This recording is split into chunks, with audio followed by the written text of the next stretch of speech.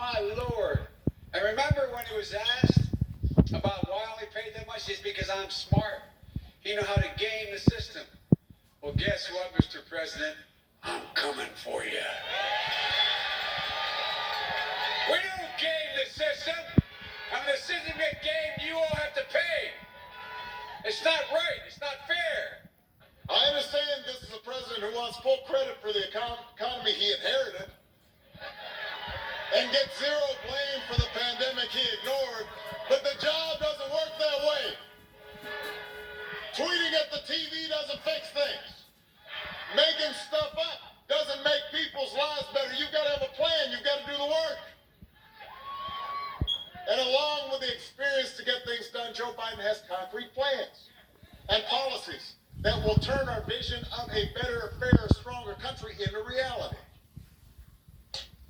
We're joined by our correspondent, Ariel Levine-Waldman, here as we are in the final stretch here, certainly the campaigns ahead of the election now, and so many votes already cast. But what are we seeing in these closing days of the campaign, Ariel, in terms of where are the battlegrounds emerging? Well, that is where things are getting very interesting. They're talking about these three states that are known as the Blue Wall, traditionally Democratic states that swung for Trump in 2016.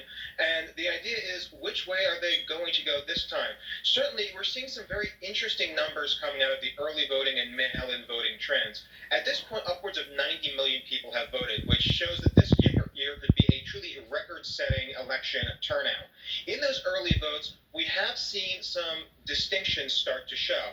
And there is a Democrat lead in most of these states, but in many ways, it's not the insurmountable lead that the Democrats had planned on, and certainly not what they thought when the mail-in ballots were requested.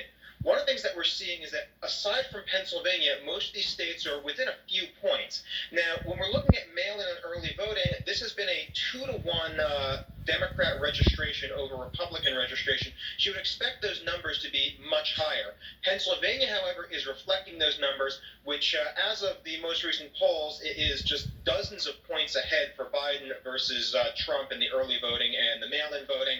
So Trump is attempting a campaign there, or he's facing what could be a truly apocalyptic landslide against him in Pennsylvania.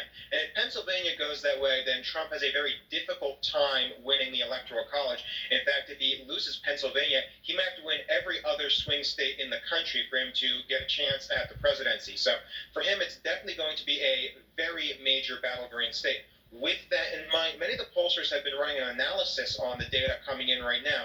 We're talking about the Democrats being either ahead or slightly ahead in the mail-in and the early voting, but you have to remember, if it was a 2-to-1 registration in favor of Democrats for mail-in and early voting, then that means Election Day itself could be a massive surge of support for President Trump, meaning this is anything but over yet, and it could be a landslide in many ways in the opposite direction in favor of the president. So it's still very early to tell what's going to happen because the data coming in seems to contradict itself at every possible turn, and election night, or what might stretch longer than just election night as tempers run high and people try to make heads or tails of the data, could be a very interesting situation. Now, see, the concerns have only been growing about unrest, about uncertainty, about the system being undermined as the votes begin to be counted. We heard the president himself campaigning in Pennsylvania say himself, quote, "Don't take advantage of those ballots, Governor." Already undermining perhaps these mail-in ballot system now. How uneasy are people right now around that? People are more than just uneasy about this. An overwhelming majority of Democrats do not believe that Trump will cede power willingly, and already in many Democratic cities across the country, businesses are preparing for massive civil unrest and riots. In New York, in D.C., in Baltimore, we've seen shops being boarded up left and right. Walmart announced that in some of these cities, they're actually pulling guns from the shelves in their stores in the expectation of mass rioting. And certainly, we have seen violence over the past few months at political events. Most notably, just last week, rocks being thrown at the Jews for Trump caravan in New York City. So people are definitely expecting tempers to be flaring exceptionally high at these events.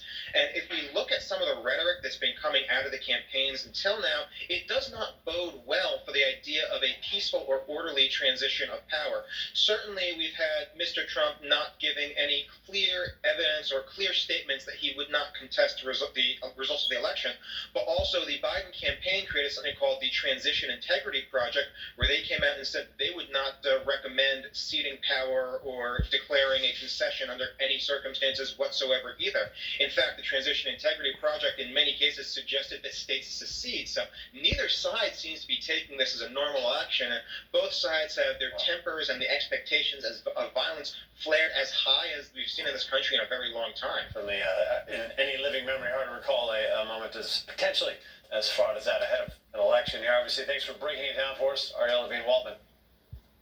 Now, with relationships growing steadily between Israel and its new Gulf allies,